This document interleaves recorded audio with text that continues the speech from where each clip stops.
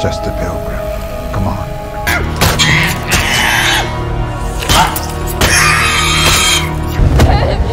No! No! No!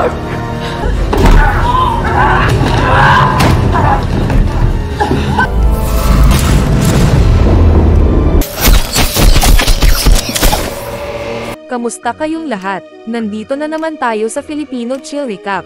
At ngayon, pag-uusapan natin ang dystopian, sci-fi, thriller film na tinatawag na Vesper. At bago tayo magpatuloy ay isa-shoutout muna natin si Dark Nero, Reyeng Ada Simbajon, JB Resurrection, Rose Quilo from Cavite, Jomel Nobles, Juhina Alonzo, Cesar de Lima from Palon, Hisia Malasarte from Bicol, Riley Pangilinan from Nueva Ecija.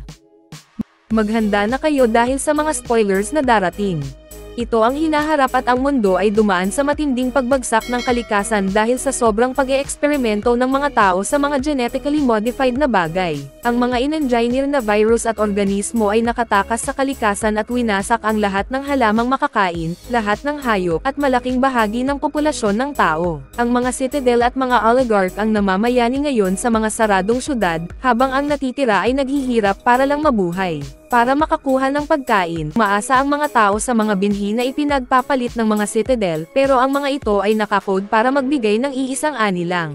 Isa sa mga survivor ay si Vesper, isang 13 anyos na batang babae na nakatira kasama ang kanyang amang si Das, na paralisado. Para makausap at makasama pa rin siya, inupload ang isip ni Das sa isang drone na laging sumusunod kay Vesper. Matalino si Vesper. Araw-araw siyang nangunguha ng mga halaman at insekto, at may kaalaman siya sa biology at biohacking na ginagamit niya para magsagawa ng research sa isang abandonadong laboratorio malapit sa kanila. Siya rin ang nag-aalaga at nagpapanatili ng makinang bumubuhay sa kanyang ama. Protektado siya ni Das at ayaw nitong pinag-uusapan ni Vesper ang tungkol sa pag-alis o pagsunod sa mga pilgrim para lang malaman kung saan sila pumupunta. Isang hapon, pag-uwi ni Vesper, nadiskubre niyang ninakawan sila at sinira ang generator na nagbibigay ng kuryente sa buong bahay, kasama na ang makinang bumubuhay kay Das. Para mailigtas ang kanyang ama, wala siyang choice kundi pumunta sa kalapit na farm para humingi ng tulong. Pagdating niya doon, nalaman niyang may problema sila sa kanilang Jerk, isang genetically created na tao na walang katalinuhan at ginagamit lang para sa mabibigat na trabaho. Nasugatan ito habang nagtatrabaho at ngayon ay wala ng silbi. Kaya inutusan ni Jonas, ang pinuno ng farm at kapatid ni Das, ang batang nagbabantay dito na patayin na lang ito. Giit ni Jonas, wala naman itong nararamdaman dahil gawa lang ito sa laboratorio.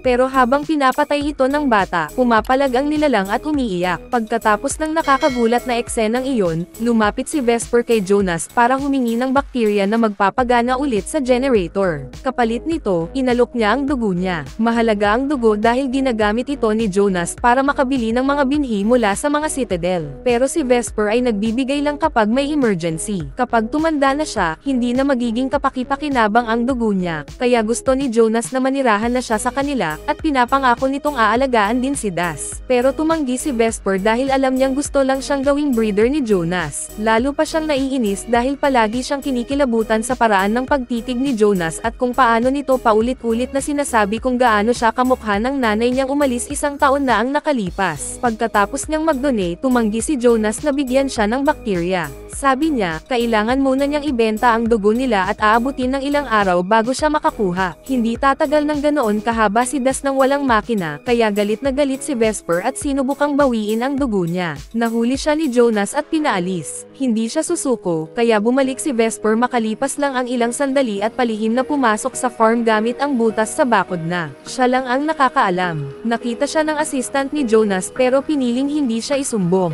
Dahil dito, nakapasok si Vesper sa laboratorio ni Jonas at kinuha ang bakterya na para talaga sa kanya. Habang nandoon, sinamantala niya rin ang pagkakataon para magnakaw ng ilang binhi na nakuha ni Jonas mula sa Citadel. Habang pauwi na si Vesper, napansin niya ang isa sa mga glider ng Citadel na lumilipad ng mas mababa kaysa dati. Pag-uwi niya, inayos niya agad ang generator bago muling magtrabaho sa mga binhi, umaasang magawa niyang maging fertile ang mga ito para makahanap siya ng lugar sa Citadel. Sinubukan siyang ipaliwanag ni Das na hindi siya tatanggapin ng mga ito kahit gaano pa siya katalino, na labis na nakasakit kay Vesper kaya umalis siya ng bahay na umiiyak. Habang tumatakbo siya sa kagubatan, laking gulat niya nang makita ang katawan ni Chainlea, isang babae na halatang galing sa Citadel base sa suot nito. Hindi pa siya patay kahit kinakain na siya ng mga halaman sa paligid, kaya itinaboy ni Vesper ang lahat ng organismong nakakapit at dinala siya pauwi. Inalagaan niya ang mga sugat nito gamit ang synthetic patch na siya mismo ang gumawa. Kinagabihan, nagising si Chainlea at narinig sina Vesper at Das na nagtatalo kung ano ang dapat gawin sa kanya. Gusto ni Vesper na dalhin siya sa Citadel, pero ayaw ni Das at gusto nitong iwan na lang siya sa kagubatan para mamatay.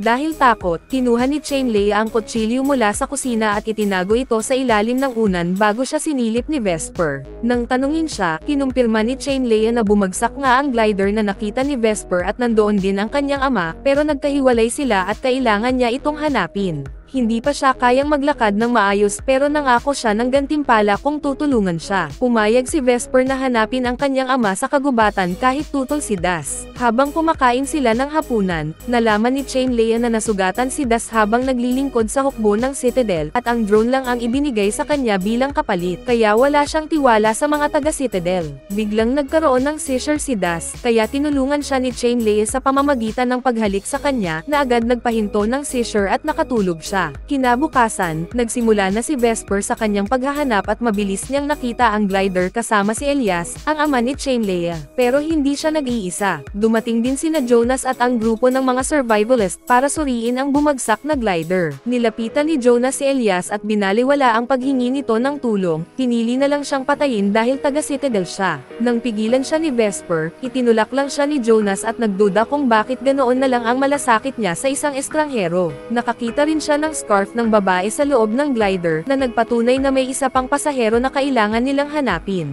Pag-uwi ni Vesper, nagsinungaling siya kay Chainlea at sinabing wala siyang nakita, pero nangako siyang ipagpapatuloy ang paghahanap kinabukasan. Gumagaling na ang mga sugat ni Chainlea dahil sa mga patch na ginawa ni Vesper. Dahil humanga siya rito, nagdesisyon si Vesper na pagkatiwalaan siya at ipakita ang kanyang lihim na greenhouse kung saan niya inaalagaan ang mga halaman na siya mismo ang nag-engineer. May kanya-kanyang kakayahan at personalidad, ang bawat isa at ipinagmamalaki ni Vesper ang mga ito, pero patuloy pa rin niyang hinahanap ang tamang kombinasyon para makagawa ng mga butong pwedeng kainin. Habang abala si Vesper sa mga halaman, kinausap ni Das si Chainlea at sinabing alam niyang wala itong paraan para madala sila sa Citadel, pero dapat maging mabait siya dahil lubos siyang pinagkakatiwalaan ni Vesper at ito ang pinakamalaking pangarap niya. Pagbalik nila sa bahay, tinanong ni Chainlea si Vesper tungkol sa kanyang ina na umalis isang taon na ang nakalipas para sumama sa mga pilgrim matapos nitong mawalan ng boses. Ang mga pilgrim ay mga taong naglalakbay ng magkakasama, laging may belo sa mukha, at nangunguha ng mga lumang bagay, pero walang nakakaalam kung bakit dahil hindi sila nagsasalita. May mga chismis na virus ang dahilan kung bakit sila naging ganoon, ibig sabihin wala talagang choice ang nanay ni Vesper nang sumama siya sa kanila. Pagkatapos aminin ni Chainlea na hindi niya nakilala ang sariling ina, kinuha ni Vesper ang isang libro na may mga guhit ng mga hayop na hindi na niya nakita kailanman. Pero nakita na ni Chainlea ang mga ito kaya ibinahagi niya ang kanyang karanasan at tinuruan si Vesper kung paano ang tunog ng bawat isa. Dahil alam ni Vesper na may kakayahan ang Citadel na panatilihin ang mga totoong hayop, nagtataka siya kung bakit hindi pinapayagang manirahan doon ang mga katulad nilang mga survivor. Ipinaliwanag ni Chainlea na natatakot ang mga nasa taas na kapag binuksan nila ang kanilang mga pintuan, baka kulangin sila ng mga resources. Sabi naman ni Vesper, pwede naman silang gawin sa mga pinakamahirap na trabaho kaysa gumawa pa ng mga jogs para rito. Pero sinabi ni Chainlea na gusto ng Citadel ang control, at ang mga jogs ay hindi lumalaban, hindi tulad ng mga tao. Pagkatapos nito, dinala ni Vesper ang lumang instrumento ng kanyang ina at nagsimulang kumanta habang si Chainlea naman ang tumugtog.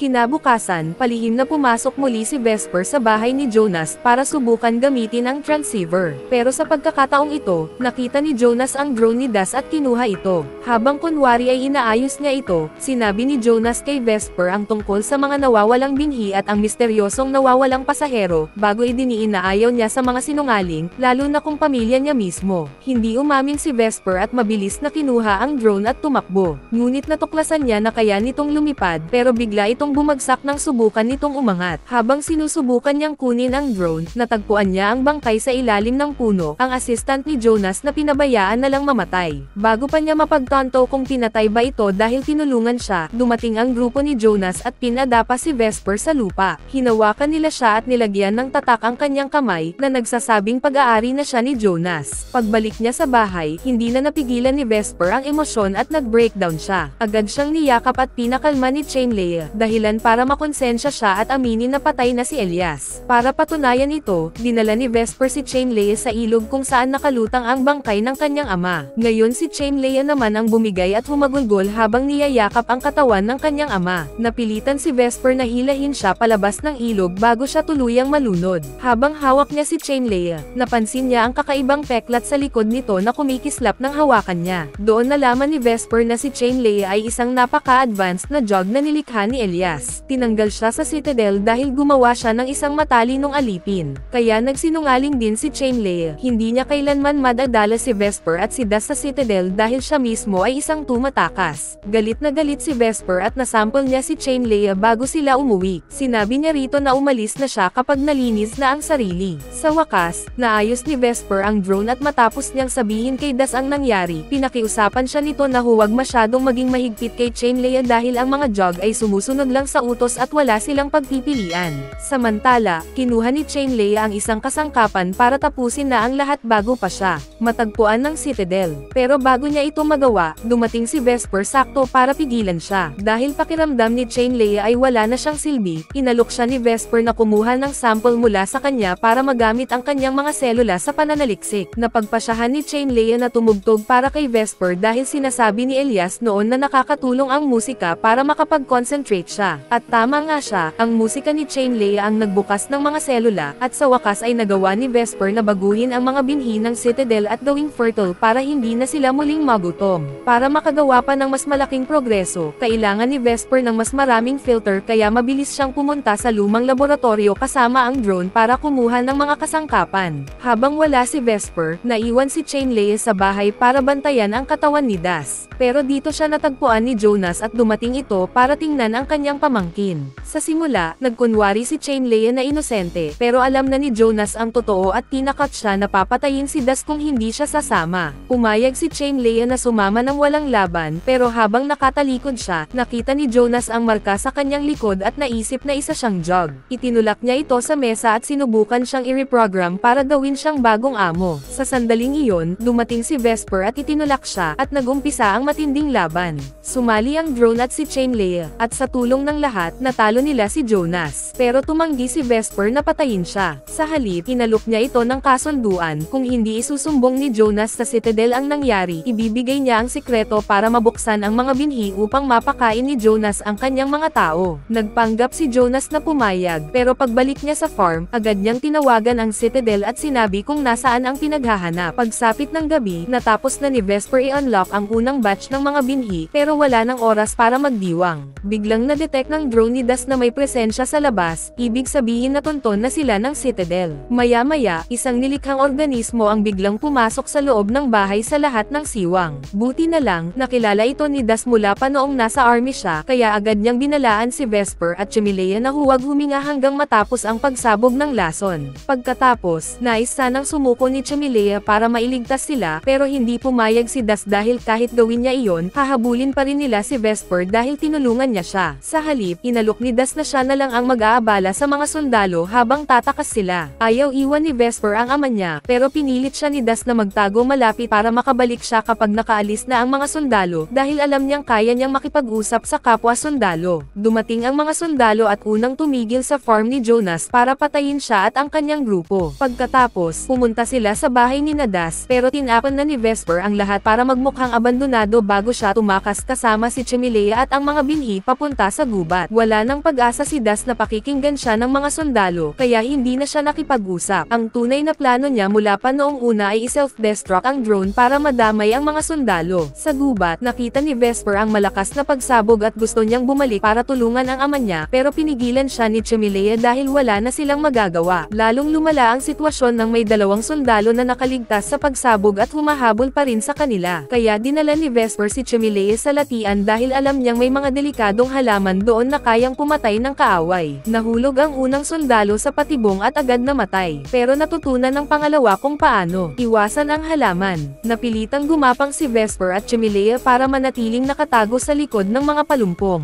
Sa kasamaang palad, isang halaman ang gumawa ng ingay nang makita sila, kaya natunton ng sundalo ang kanilang kinaroroonan. Habang papalapit ang lalaki, napagpasyahan ni Vesper at Chimilea na mas mabuti ang umatake. Sabay silang sumugod, mabilis na kinuha ang kanyang armas at paulit-ulit siyang hinampas hanggang mapa-atras siya sa isang patibong kung saan tinapos siya ng halaman. Maya-maya, may narinig silang tunog sa malayo, paparating ang mas maraming glider. Doon na-realize ni Chimilea na hindi titigil ang mga sundalo sa paghahabol sa kanya, na ibig sabihin hindi magiging ligtas si Vesper at ang mga binhi hanggat kasama nila siya. Alam ni Vesper na may plano si Chimilea at pinilit niya itong pigilan, pero hinalikan siya nito para patulugin at itinago ang katawan niya sa ilalim ng mga tuyong dahon bago siya sumuko sa mga sundalo. Kinabukasan, nagising si Vesper at bumalik sa kanilang bahay, pero nasunog na ito. Itinanom niya ang ilang unlocked seeds sa dating hardin bago niya nakasalubong ang ilang batang nakaligtas mula sa pag-atake sa farm ni Jonas. Naglakbay sila ng sabay-sabay, sinusundan ang mga pilgrim para alamin kung saan sila papunta. Ang destinasyon ay isang napakalaking tore na itinayo ng mga pilgrim gamit ang mga pinagtagpi-tagping scrap na kanilang nakolekta. Inakyat ito ni Vesper at nang makarating siya sa tuktok, binuksan niya ang kanyang kamay para ipaubaya sa hangin ang mga binhi para kumalat ito sa iba't ibang sulok ng lupa. Sa ganitong paraan, maaari silang tumubo at dumami para sa lahat.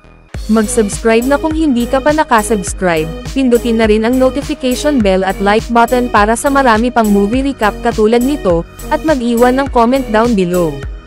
And as always, thank you for watching.